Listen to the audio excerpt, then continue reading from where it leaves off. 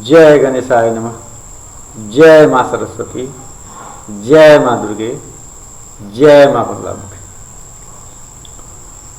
Force part 13 numerical. फिर अभी हम न्यूमेरिकल फिर एक बार लेके चलेंगे। 2-3 क्वेश्चन आपको हम बताते हैं, फिर आप कुछ क्वेश्चन दे देंगे बनाने के लिए। अभी न्यूमेरिकल चलेगा, समझ गया, क्योंकि फोर्स है, डायनामिक्स है,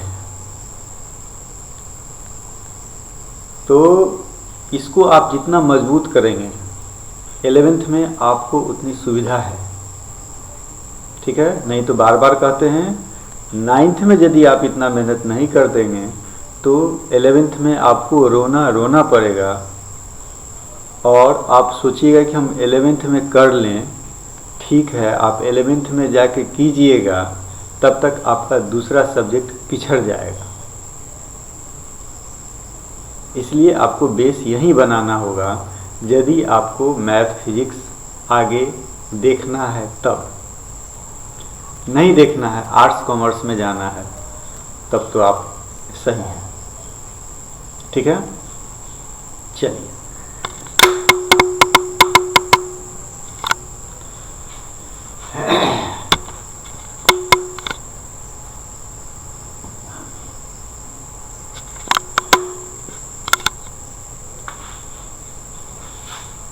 जय गणेशाय। जय मां सरस्वती। जय मां बगलामुखी। फोर्स पार्ट 13, इसीलिए हम बार बार लिखते हैं क्लास 9 और क्लास 10। यदि 9th में नहीं हुआ होगा, नहीं ध्यान दिया होगा, ठग लिया होगा हमको, तो कम से कम अभी भी मौका है 10th में। ठीक है, थोड़ा थोड़ा समय मिले डेली का डेली 10th वाला को, तो कुछ ना कुछ इसको करते जाओ। इसका तो तुरंत तुमको बेनिफिट मिलेगा NTSC में। ठीक है, NTSC का जो सिलेबस होता है 9th 10th पूरा, physics chemistry biology geography history civics economics pol science सब। ठीक है, इसलिए इस बात पर ध्यान दीजिए। मेरा काम है बोलना, अब आप जो कीजिए। ठीक, तो हम एक क्वेश्चन लेते हैं। क्वेश्चन है मेरा,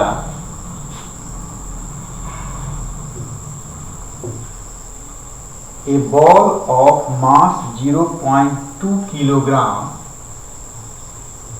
a ball of mass 0.2 kilogram, छोड़ो, is thrown against a wall, is thrown against a wall. The ball strikes the wall. The ball strikes the wall.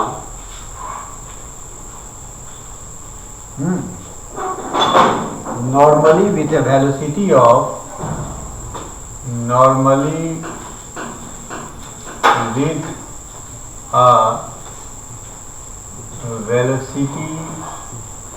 of 30 meter per second. 30 meter per second, and rebounds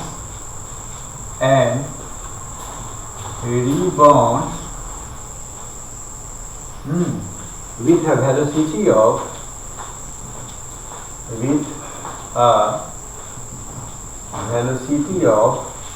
20 meter per second. Calculate the impulse of the force. Calculate the impulse of the force exerted by the ball on the wall. Exerted by the ball on the वाल। ठीक है, question पहले ध्यान से पढ़िए, समझिए और अपने यहाँ के नियम के अनुसार तो आप पॉज कर दीजिए, पहले अपने बना के देख लीजिए। A ball of mass 0.2 kilogram is thrown against a wall. The ball strikes the wall normally with a velocity of 30 meter per second and rebounds with a velocity of 20 meter per second. Calculate the impulse of the force exerted by the ball on the wall.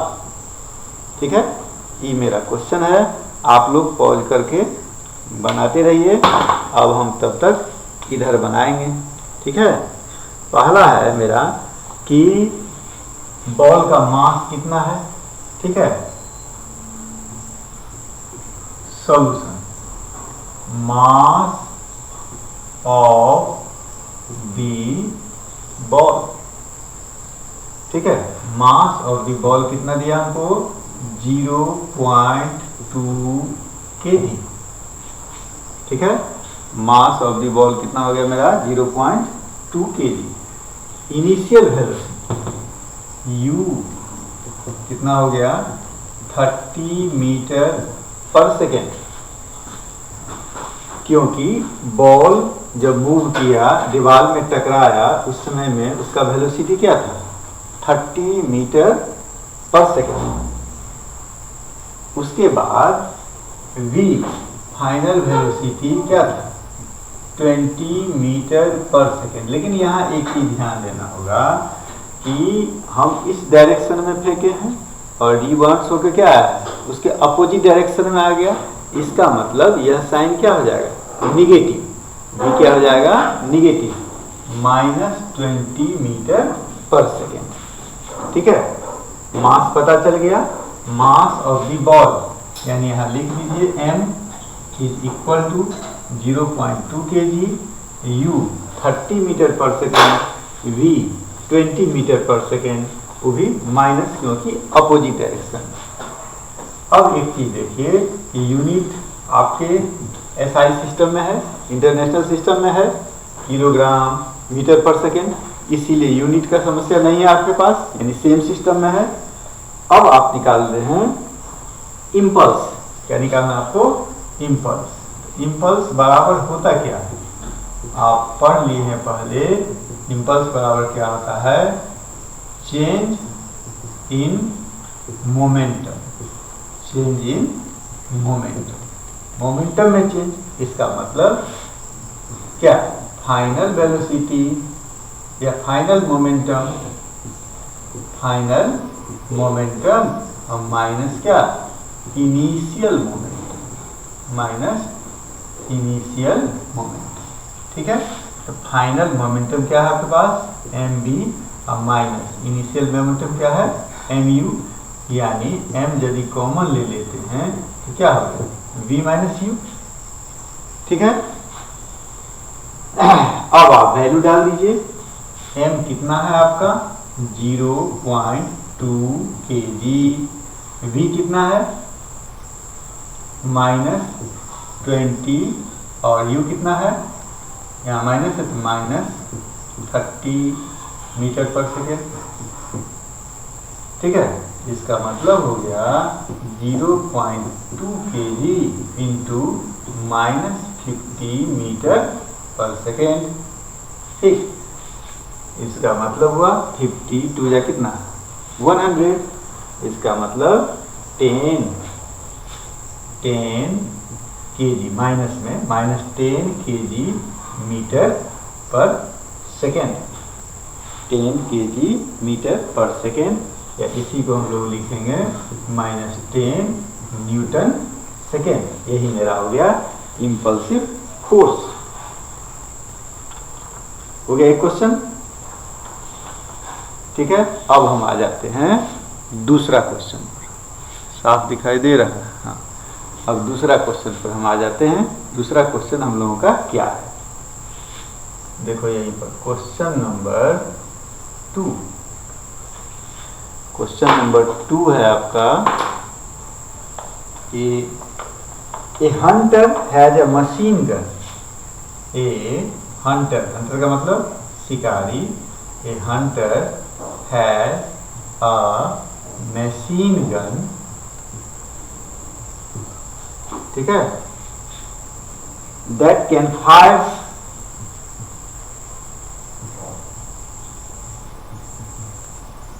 that can fire 40 gram bullets, 40 gram bullet with a velocity of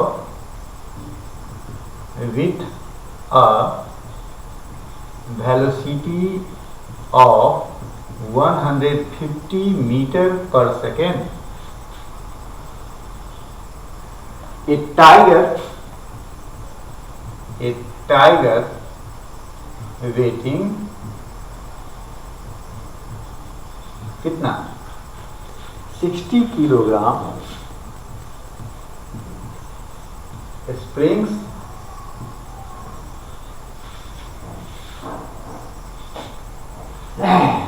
at him with a velocity of 12 meter per second, of 12 meter per second. How many bullets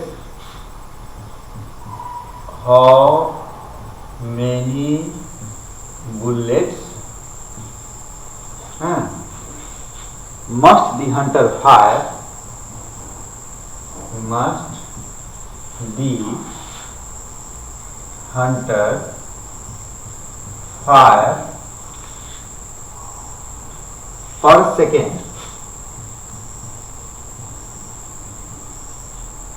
ठीक है, per second at the tiger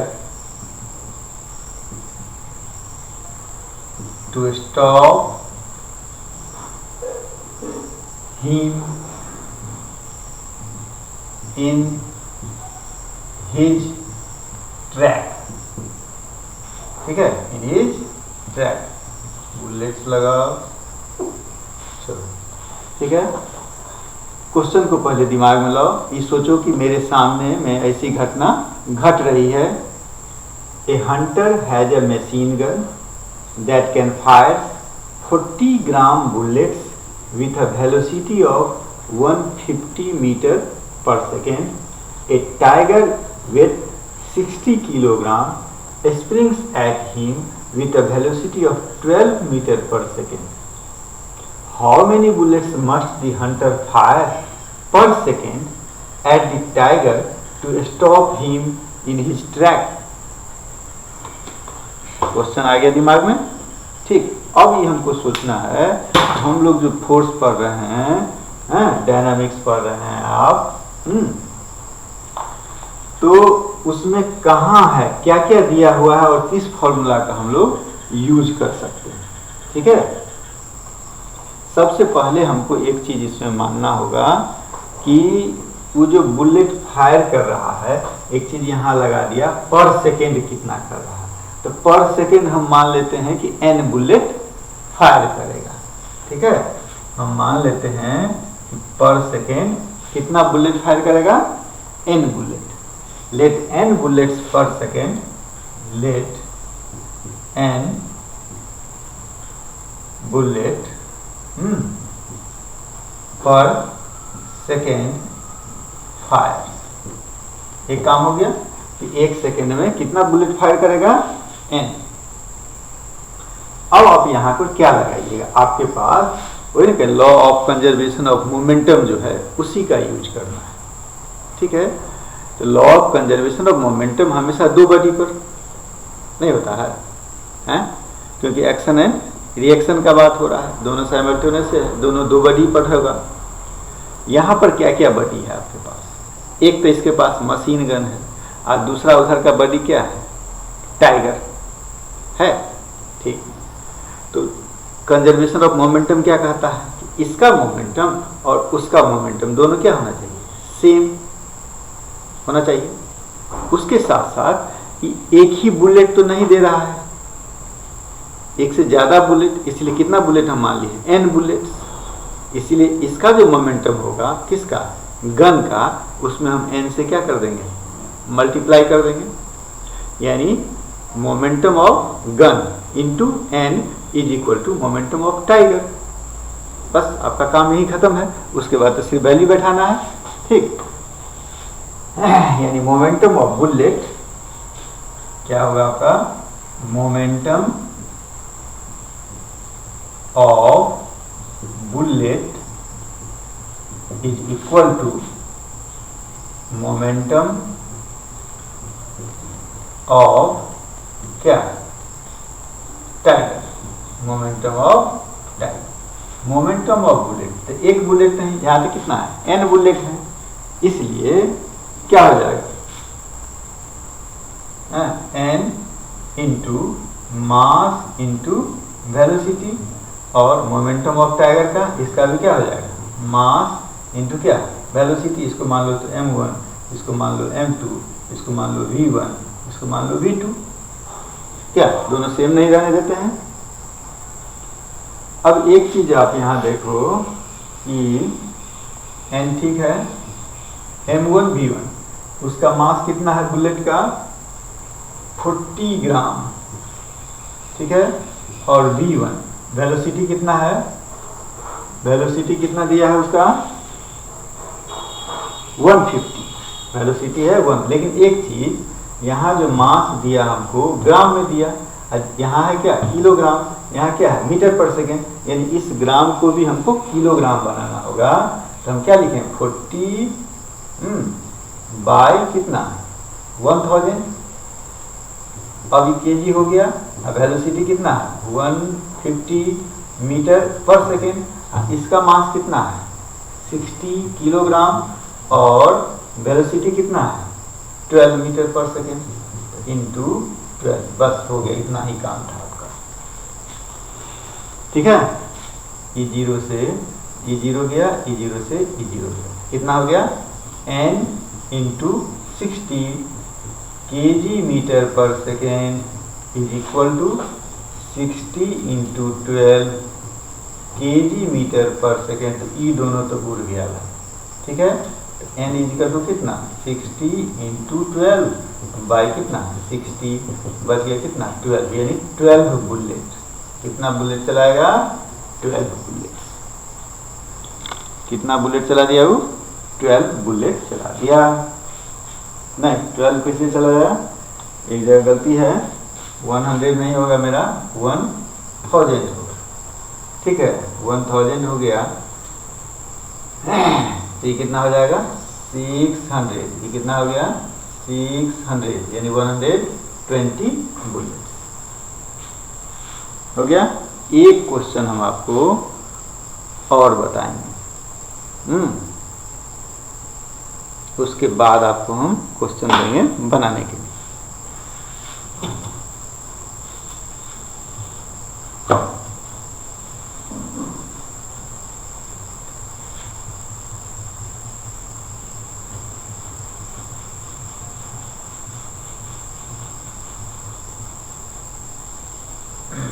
question बताने के लिए समय थोड़ा बचाया जाए।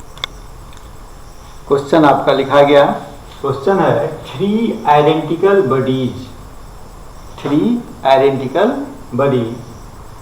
each of mass m are pushed by a force F on a frictionless table क्या है आपका frictionless as shown in figure। यही आपका टेबल है विदाउट फ्रिक्शन। 3 ऑब्जेक्ट है P Q R, आइडेंटिकल है एक समान, और तीनों का मास भी क्या है M M M, और इस पर कितना फोर्स लगा रहे हैं F। आपको निकालना क्या है what is the acceleration of bodies, what is the acceleration of bodies, एक चीज। दूसरा what is the net force of P, P का टोटल कितना फोर्स होगा। दूसरा what force does P apply on Q, object P Q पर कितना force लगा रहा है और what is the force does Q apply on R और Q R पर कितना फोर्स अप्लाई कर रहा है। ठीक है, net force on P, of नहीं ऑन P। सबसे पहली बात, what is the acceleration of the body, पूरे बॉडी का एक्सेलरेशन क्या होगा। ठीक है भाई, फोर्स द F दिया, अब मास क्या है एक बॉडी का m, तो फोर्स जो हम लगाएंगे तीनों एक दूसरा से कांटेक्ट में है, एक पर जब हम धक्का देंगे इसका मतलब तीनों पर आएगा एक्सेलरेशन, आएगा तीनों पर जब एक्सेलरेशन हो रहा है इसका मतलब मास जो होगा वो तीनों का क्या होगा, जुड़ जाएगा। यानी मान लेते हैं लेट एक्सेलरेशन भी कितना a, तो मास कितना हो जाएगा बॉडी का m plus m is equal to कितना 3m, नहीं, और फोर्स तो आपको दिया ही हुआ है F, यानी एक्सेलरेशन इज इक्वल टू कितना F बाई m, इसको मान लेते हैं हम लोग मास को क्या कैपिटल M। ठीक है, F बाई कैपिटल M यानी F बाई कितना 3m, ये हो गया मेरा एक्सेलरेशन। ठीक है, अब देखना है हमको पहला case, what is the net force on P, P पर कितना फोर्स लग रहा है। अब देखो एक चीज, तो P पर हम कितना फोर्स लगा रहे हैं। ठीक है, एक बड़ी P पर जो हम फोर्स लगाएंगे उस फोर्स को हम मान लेते हैं क्या F1। फर्स्ट केस में आ जाओ, ये जो एक्सेलरेशन हुआ इस सब के लिए हुआ, बॉडी ए के लिए मैंने P के लिए, बॉडी Q के लिए, बॉडी R के लिए, तीनों के लिए एक्सेलरेशन यही रह जाएगा क्या F बाई 3m। ठीक है, अब आ जा पहला net force on P, net force on P, इसको हम मान लेते हैं क्या लेट F1, क्या P पर जो फोर्स लग रहा है वह क्या लग रहा है F1, और F1 बराबर क्या होगा MA, M है A कितना हो गया मेरा F बाई 3m, M से M कट गया यानी क्या F बाई 3। एक काम, दूसरा आ गया, what force does P apply on Q, इस पर P पर जो हम फोर्स लगाए थे वो तो एक्सटर्नल फोर्स लगाए थे, वही नहीं कर रहा है। पहला क्या कर रहा था, what is the net force on P, P पर टोटल कितना फोर्स लगा। ठीक, अब Q पर क्या कर रहा है, दूसरा केस कर रहा है, what force does P apply on Q, P Q पर कितना फोर्स अप्लाई कर रहा है। ध्यान दो बात पर, P Q पर कितना फोर्स अप्लाई कर रहा है, यानी यहां पर मास क्या हो जाएगा डबल m प्लस m, बस हो गया। तो दूसरा केस में आपका F2 force is equal to कितना हो जाएगा मास इंटू एक्सेलरेशन, यहाँ मास हो जाएगा m प्लस m और एक्सेलरेशन तो वही रहेगा F बाई कितना 3m, यानी 2m into F by 3m यानी 2F बाई 3, ये आपका हो जाएगा कितना किसका सेकेंड। अब आ जाइए third, what does force does Q apply on R, Q R पर कितना फोर्स लगा रहा है। ठीक है, तो Q R पर कितना फोर्स लगाएगा, इसमें भी वही F3 मान लेते हैं इसको। ठीक है, F3 मान लीजिए, तो मास इंटू कितना एक्सेलरेशन कितना F बाई कितना 3m यानी F बाई 3, जो कि किसके बराबर था पहला के बराबर। ठीक है, इसके बाद अब हमको क्वेश्चन, तीनों अलग अलग टाइप का क्वेश्चन था, अभी तक जो बनाए थे उससे अलग अलग टाइप का क्वेश्चन था, इसलिए बता दिए हैं क्योंकि जितना आपके पास भास्ट रहेगा नॉलेज उतना अच्छा रहेगा। अब हम क्वेश्चन लिखेंगे तो ज़्यादा टाइम लगेगा, तो समय थोड़ा आपका हम बचा देते हैं। चलिए, आपका टाइम बच गया। देखिए क्वेश्चन 1, ए ड्राइवर एक्सेलरेट्स हिज कार